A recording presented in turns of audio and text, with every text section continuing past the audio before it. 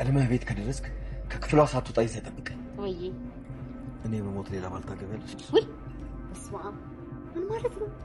ማርቲ እንደው ዝም ብዬ ለጨዋታ እኮ አባዬ ይጨነቃል አይናገርም። አሁን ደግሞ አንተ ትጨነቃለህ። ቆይ ምንድነው ቤት ውስጥ የተፈጠረው? ቆይ ናታን በእኔ ምክንያት ነው እንዴ? በቴልሽ ያልሽው ኤልሽ ጀመረ ይሄን ዳንቺ ከሰራተኛ አልተወለድኩም። ስለዚህ እህትሽ አይደለም መታት ወይ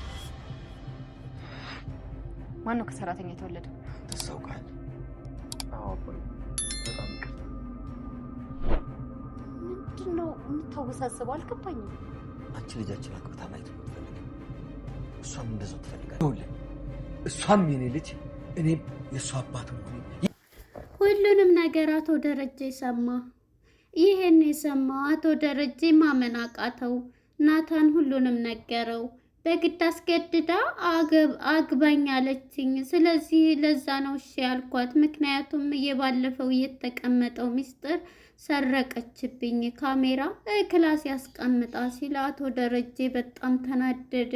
በዛው በንዴቱ ላይ ንዴት ጨመረበት።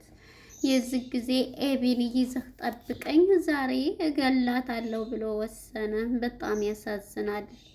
ሰላም ጤና ይስጥልን። ውድና የተከበራችሁ የቻናሌ ቤተሰቦች እንኳን ወደ ቻናል በሰላም መጣችሁ። ዳጣ ክፍል 78 ተለቀቀ። እንግዲህ ወደ ክፍል 77 ስንመለስ እንግዲህ አፍቃሪዋ ኤቢ ለናታን መስተፋቅር ምግቡ ላይ ጨምራበት ነበረ የሰጠችው ማለት ነው። በዚህም የተነሳ ዲዚን ይዘሽ ሂጂና ሰራተኛዋን ከሱ ክላስ ራት አድርሽለት ብላ ያንን መድኃኒት ከእንጀራው ላይ ጨምራ ነበረ ያንን መስተፋቅር ያመጣላትን አርጁ ማለት ነው።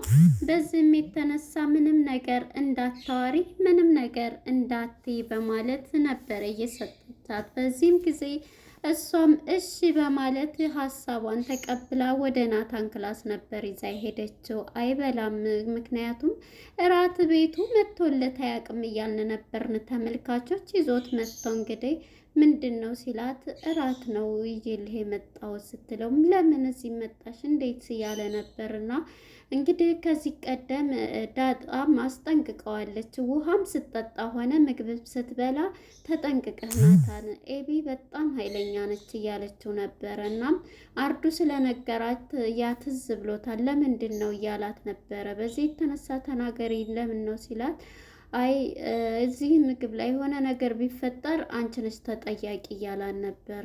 በእርግጥ ኤቢ ናት ናታን ይቅርታ ኤቢ ናት እሷ ናት ይዘሽ ሂጂ ያለች። ምንድን ነው ያደረገችበት ሲላትም እኔ ስታደርግ አላየሁም ልጅ አድርሽ ነው ያለች። ክላሷ ወስዳ እንደገና ይሰጠችኝ ስትለው እሱም በቃ ተጠራጠራትና በቃ በልቶታል በያት ብሎ እሷን ተቀብሏት ሂዷል ማለት ነው።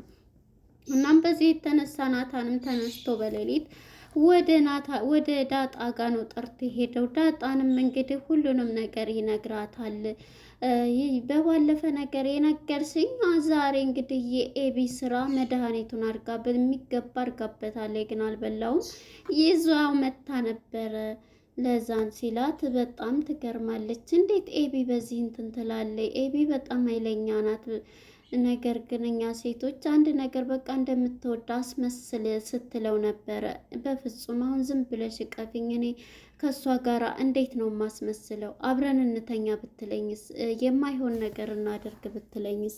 እያለ ነበር። ደግሞም ከማለት አዘልም ይሄው መታ ከንፈሬንስ አመኝና ነው ብላ በባለፈው ፓርት ላይ ግዴታ ስሟት ነበረ የወጣችው ማለት ነው። እና አሁን ላይ ደግሞ ይህንን አድርጋበታለች ማለት ነው። እሱም እንግዲህ አሁን ላይ ሁሉንም ነገር ስትነግረው በጣም በመደናገጥ ናታንም ይህንን ነገር ለዳጣ ነግሯታል። ምንድን ነው ብላክ ቤት የያዘችብህ ስትለው ይዛብኛል ንገረኝ ሳላቀው እንዴት መፍትሄ ፈልጊ ሲላት ነበርና ዳጣም እንግዲህ አንተም አባዬም በጭንቀት ምንድን ነው ንገረኝና ልወቀው ስትለው ጭራሽ አሁን መፍትሄ ሲል በቃ ይሄ ነገር የባለፈው የተቀመጠው ሰላም የሰጠችኝ አየችው። ስለዚህ እሱ ደግሞ ተናገረኝ ማለት ይሄ ቤት ይፈርሳል ይላታል። እኔን የተመለከተ ነገር ነው ብትል ዳጣም በቃ ይሄን አልነግርሽም በቃ ይሄ ነው ዋናው ነገር ሲላትም በቃ ለአባዬ ንገረውና አባዬ እንዳረገ ያርግ ክላስ እንዳስቀመጥኩኝ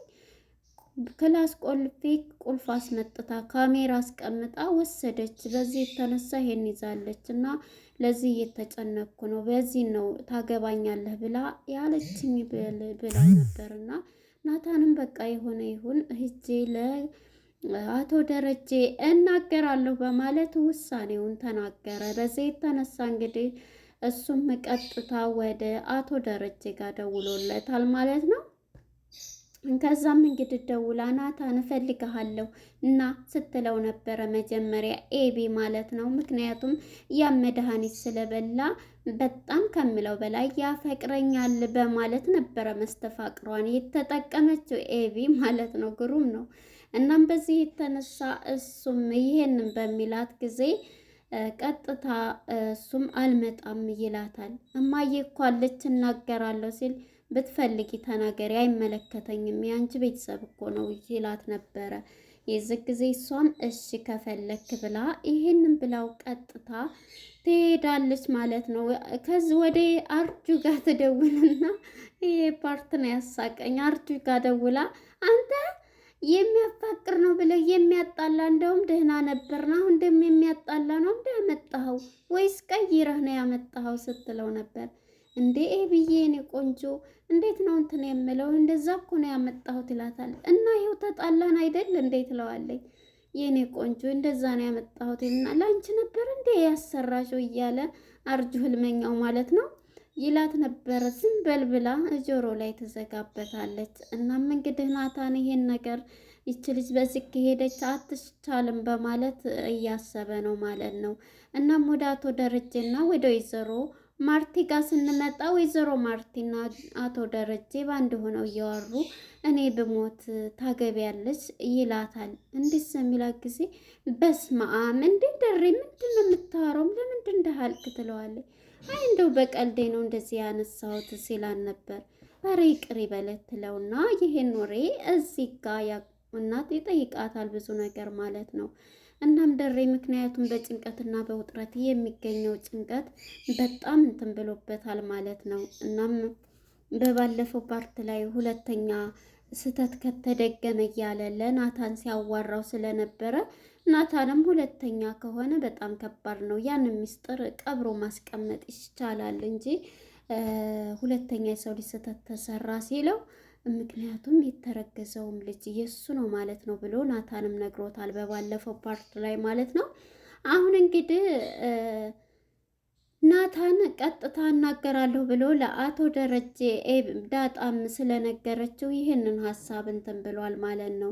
እናም ወይዘሮ ማርቲና አቶ ደረጀ ይህን እየተባባሉ ደሬ እንደዚህ አትበል ለምንድን እያለ ስለ ኤቢም እያወራ ነበር። ትምህርቷ እንደዚህ ነው። አሁን ደግሞ ለሰርጉ ቀበቶህን ጠበቅ አድርጋ። አሁን እኮ ነው የሚለው ኤቢና ናታን በጣም ተዋደዋል እና ስለዚህ እንትኗ አንቺ እንዳገባት እንትን እንድላት ተወጃለሽ። እሱ ግን የምን ያክል ይወዳታል ስና ነው ቢላት፣ አይ እኔን ፈርቶ ነው እንጂ አሁን እኮ ተቃርበዋል፣ ተዋደዋል፣ ተፋቅረዋል እያለች ለአቶ ደረጀ ትነግረዋለች ማለት ነው። እውነት መስሏት ወይዘሮ ማርቲ ማለት ነው።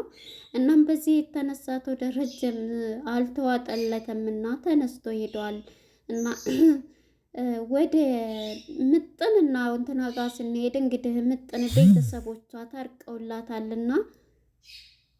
ታርቀውላታልና ብዙን ጊዜ ተለያይተውባት ነበር። ዛሬ ደስተኛ ሆኛለሁ ቤተሰቦቼ ታረቁልኝ ብላ ሊከፋፈሉ ነው ስትል እንዴት ነው የሚከፋፈሉሽ አንቺን ለሁለት እያለች ነበረ ማለት ነው። እናም እንግዲህ በመሀል ስትጠየቅ ውሃ እንኳን ከኔ ጋ ነው ወይስ ከማን ጋ ቢለያይ የምትሆኙ ነበር እኔና ማርቲን ትንብንል ሲላት ውሃ እንግዲህ ለአባቷ ምንድን ነው ያለው ከአንተም ጋር ከማየም ጋር እያለች ነበረ ስትል የነበረው። ከተለያየም ብንፋታ እኮ ነው ያልኩሽ ቢላትም እሷ ግን ከሁለታቸውም ጋር ነው የምሆነው እያለችው ከአንቺ ጋር ሰዋራ ነው ብሏን ነበር። እና አሁን ላይ እንግዲህ ምጥንና ጓደኛ ውሃ ደስ ብሏቸዋል ማለት ነው በመታረቋል። እንግዲህ በረዶ ልግዛልሽ ስለተታረቁልኝ እያለቻት ነው ማለት ነው። እንግዲህ አቶ ደረጀ ጋር ስንሄድ አቶ ደረጀን ከስራ ጠርቶት ናታን ሁሉንም ነገር መናገር አለብኝ ብሎ ወስኗል። አቶ ደረጀን ከፊቱ አቅርቦ ሁሉንም ነገር ይነግረዋል ማለት ነው። ምንድነው ናታን አትፍራ፣ ሁሉንም ነገር በግልጽ ንገረኝ ሲለው ሁሉንም ነገር ነገረው።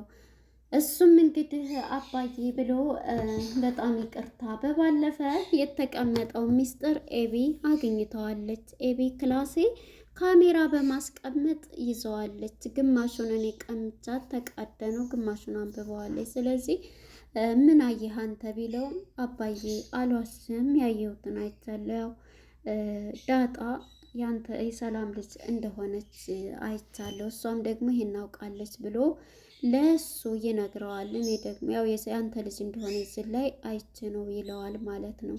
ሌላስ ቢለው ሌላ አላየሁም ይለዋል። እኔ ነኝ ያጠፋሁት የዛን ጊዜ ካንተው ላይ እንትን ብዬ በነበር እያለ ነበር እና በጣም አንብቤው ኑሮ እያለ ብዙ ነገር ሲል ነበረ አቶ ደረጀ ማለት ነው። በጣም ይናደዳል። ጭንቅላቱን ይዝና ኤቢ አንተ የሰው ቤት እንዳይፈርስ እንድትላለ እና በዚህ የተነሳ ነው ካገባኸኝ ነው የምትናገረው ማልናገረው ብላኝ በዚህ የተነሳ ነው በቃ ከኤቢ ጋራ ታገባኛለህ ብላ እሺ ብዬም ቤቱ እንዳይፈርስ ብዬ አሁን ላይ ግን በጣም እንትን እያለ ስንሆነ ልንገርህ ብዬ ነው በሚለው ለአቶ ደረጀ ይሄንን ሀሳብ ይነግረዋል። አቶ ደረጀን በጣም ይደነግጣል። ጭንቅላቱን ይዞ ይቆማል ማለት ነው ደሬ። እናም ሁሉንም ነገር በመነገረው ጊዜ በቃ እንግዲህ ሁሉም ነገር እሷ ነች ይች ልጅ በቃ ድሮም እንደምትቀብረኝ አንድ ቀን አውቄ ነበር እያለ ነበረ። እንግዲህ ኤቢ ነገረኛዋ በምሳሌ አነጋገር በብዙ ነገር ቢነግራትም ልጅቷ የሚገባት አይደለችም። ውሃ ቢወቅጡት እምቦጭ ናትና ኤቢ ማለት ነው ያን ቤት ለማፍረስ የቆመችበት ነው። እናም እንግዲህ ይሄንን ብለዋት መጀመሪያ ወደ ዳጣ ጋር ስንሄድ ነው እንጂ ዳጣ ጋር ስንሄድ ዳጣና ኤቢ ባንድ ቁጭ ብለው እንግዲህ ስለ እናቷ ስለምታውቅ ባንድ ሆኖ አንቺ ናታን ጋር ያግባሽ እያለቻት ነበረ። በዚህ የተነሳ እንግዲህ እኔ ሰራተኛ ልጅ መሰልኩሽ እንዴት ትላታለች ኤቢ። ምን አገባሽ አንቺ ደግሞ ይታቂያለሽ የኔና ሰራተኛ ትሁን አትሆን ስትላት ነበረ። የዚህ ጊዜ እንግዲህ በጣም ትጠራጠርና ተያይዘው ታቂያለሽ እኔ ከማንም ጋራ እጣላለሁ፣ ነገር ግን እንዳንቺ የታገስኩት የለኝም ብላ አንገት ለአንገት ሲተናነቁ አባታቸው አቶ ደረጀ ሲመጣ ምንድን ነው በሚል ጊዜ በጣም ተፋጠው አይ ሰላምታ እየተሰጣጣን ነው ብለው መጨረሻ ላይ ተቃቅፈው ይወርዳሉ ማለት ነው። የዚህ ጊዜ በጣም ተፋጠው ነበረ ሊደባደቡ። ከዛ አቶ ደረጀ ሲሄድ ተላቀው ይሄዳሉ ማለት ነው። እናም እንግዲህ ወደ ደሬና ወደ ናታን ጋር ስንሄድ ናታን ሁሉንም ነገር በመናገር አቶ ደረጀም ተቀብሎታል። በቃ አንተ ለዚህ ቤት እንዳይፈርስ በዚህ አይነት እየሄድክ እሷ ደግሞ ይሄን አደረገኝ፣ የትም እንዳትወጣ ዛሬ ከክላስ ከግቢ እንዳትወጣ እዙ ትደበደባለች ብሎ አቶ ደሬም ወደ ቀበቶ ፍለጋው ሂዷል ማለት ነው። ኤቢም በክላሷ ውስጥ ትገኛለች። እንግዲህ ደሬ ቀጣይ ክፍል በርበሬ ያጥናታል፣ በቀበቶ ይደበድባታል፣ አሰማመችም ይገላታል ብዬ አስባለሁ ማለት ነው። እንግዲህ እዚህ ላይ ነበር አቶ ደረጀን በድንጋጤ እሷ እጅ ውስጥ ተገባ ያለው በጣም እንትን ብሏል። እንግዲህ ናታን ራሱ እያወቀ ለዳጣ አልነገራትም፣ ምክንያቱም ይሄ ሚስጥር ማለት ነው። ሁሉንም ነገር ያውቃል ናታን ያን ደብዳቤ ላይ። በእርግጥም የተረገዘውን ልጅ አላወቀችም። ደሬ ግን በጣም ማርቲ ካወቀች እያለ በጣም እየተጨነቀ ነበር። አሁን እንግዲህ ከኤቢ እጅ ውስጥ ስለገባበት በጣም እየተናደደና እየተበሳጨ ይገኛል ማለት ነው። ደሬ ተነስቶ ነበረ ናታን ነግሮት እዚህ ላይ ነበር ድራማው ሊያልቅ የቻለው። ባይ ባይ።